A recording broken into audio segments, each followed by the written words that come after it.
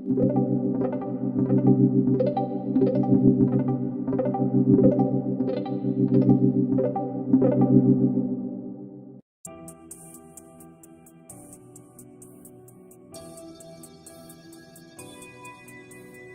YouTube, my name is Steve and I'm a molecular biologist with over 2 decades of experience in freshwater fish keeping who recently took the plunge into reefing. You could say this happened by accident, the reason being that the last planted freshwater tank I had developed a huge crack in the bottom panel due to a manufacturing flaw. So after that I impulsively decided to spend the cash and get a top range tank, the innovative Marine Nuvo SR60. This is a 60 gallon or 230 litre tank with built-in sump and high quality ultra thick diamond polished glass that's really designed for marine systems. So following that, the second impulsive decision was to ditch the freshwater hobby and venture into reefing. This introductory video is about my first attempt at aquascaping and setting up a reef tank, and hopefully it would include a bunch of follow-up videos on how the tank has progressed over the months. So in this vid, I'm going to cover the creation of my aquascape, and in the next episode I'll cover how I cycled my rocks. Now, as a biologist, I'm really interested in the ecosystem aspects of a reef tank, but I also have a keen interest in art and design, especially living art. I've been a bonsai artist for many years and I've gained some experience in the aesthetic principles behind landscape design. Actually, if you think of it, bonsai and aquascaping have many characteristics in common. First, both are challenged by limitations in what nature provides us as starting material, this being the shape of the rocks you have to sculpt with, and the sometimes unpredictable ways the corals grow. Second, aesthetic principles such as the rule of thirds and the creation of triangular shapes is applicable to both. The eye should naturally be guided through the design, and the overall shape should be balanced yet asymmetrical. Third, an aquascape should tell an interesting story and create the illusion of a much larger scale. It should look natural above all, give the impression of vastness or great age, perhaps convey a treacherous history of environmental change, and above all there should be something special about the aquascape that catches the eye.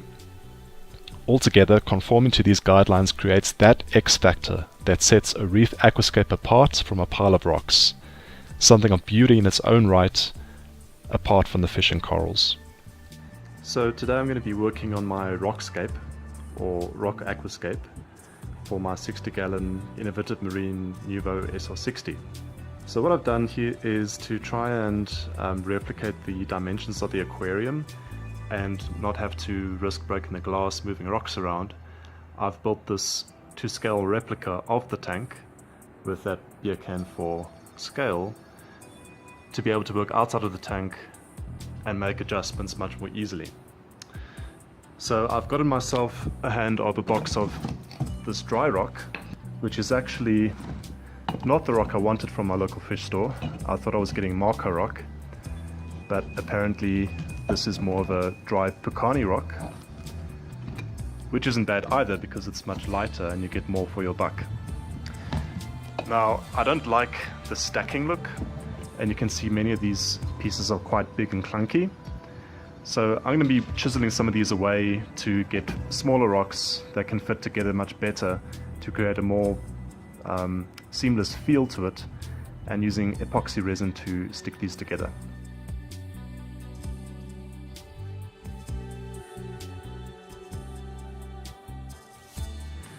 I really like one of these pieces, so it's going to kind of go like that near the bottom to the right of the tank, leaving this large overhang underneath for shade and hiding. And it's a relatively flat piece of rock where lots of corals can attach. And pretty much I've just chiseled out this little hollow over here so that I can epoxy another platform to stand up on it like that. Alright, so it's day 2 now, and I'm pretty happy with the first epoxying job I did. So that's epoxying this little piece onto this overhanging ledge. So there's still a bit of a scar left. I'm just going to clean it up with small bits of rock later on, but for now it's fine.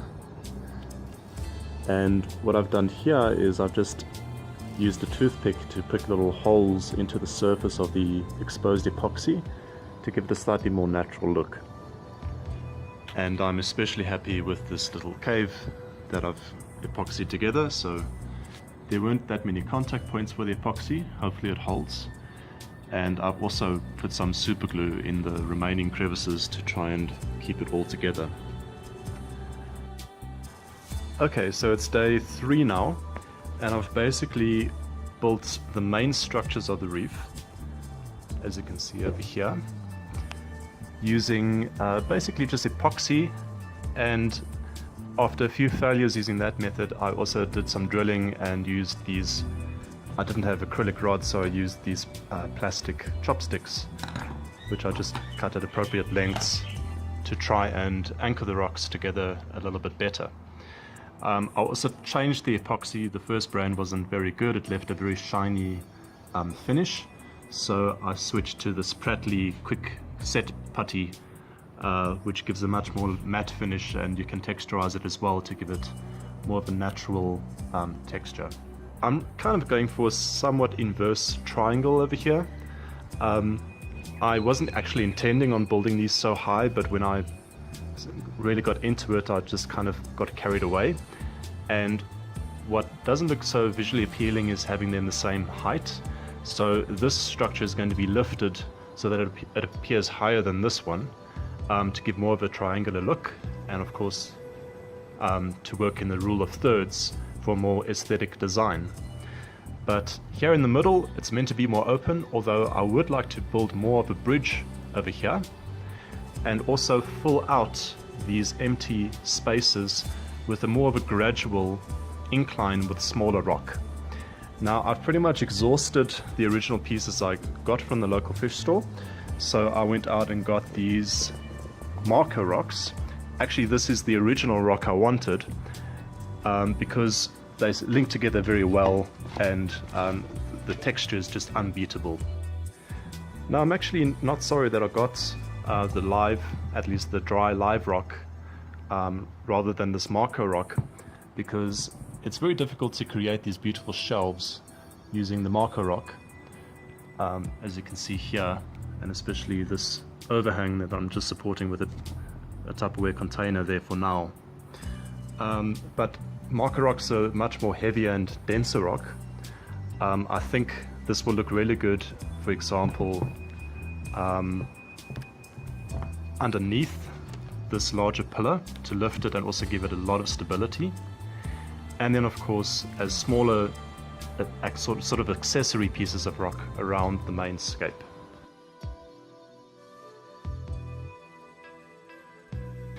So what I strive for here is a visual flow that directs the eye from the apex over here down there, and then there's a slant that goes throughout the scape, so the zigzaggy kind of feel. And that's very typical of bonsai design and something I'd like to replicate here. My initial idea was to have a bit of a triangular feature like this. Although there is a really rough triangle going this way, I wasn't planning on building this up so much, but I did anyway. And instead it has somewhat of an inverted triangle feel, but it's all still very balanced. You'll notice I kept to the rule of thirds as far as possible, dividing the tank into 1/3 here and 1/3 here, where there are different focal spots. And I've also allowed for a open area to guide the eye. There's nothing worse than having a wall of rock where you can't see beyond it. So if you have a black background, you get this idea of vast ocean behind the rocks. So these are the marker rocks I put in here. And I was a bit hesitant at first because the texture is quite a bit different from a lot of the dry live rock, which is a lot smoother. But it seems to work. The color is also different, of course, but once it gets covered in algae, and especially coralline algae, that shouldn't be a problem. I'm also really happy with how this cave turned out. And this stage over here that I carefully epoxied to the rock.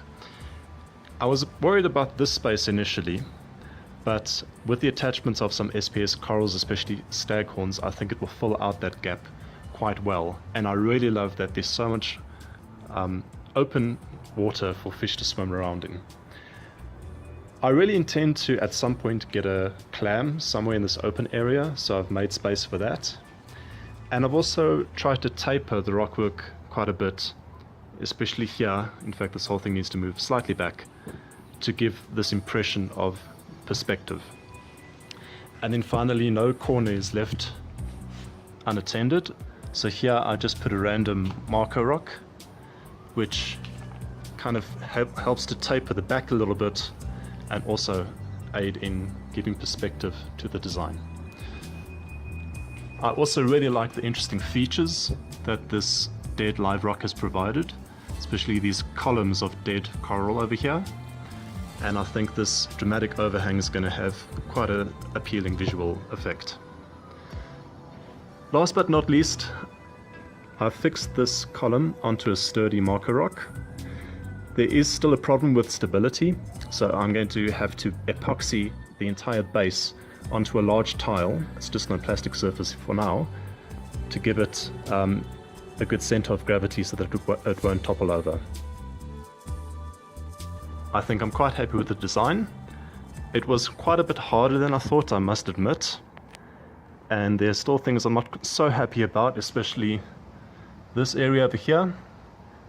But maybe we can improve that in the next few days.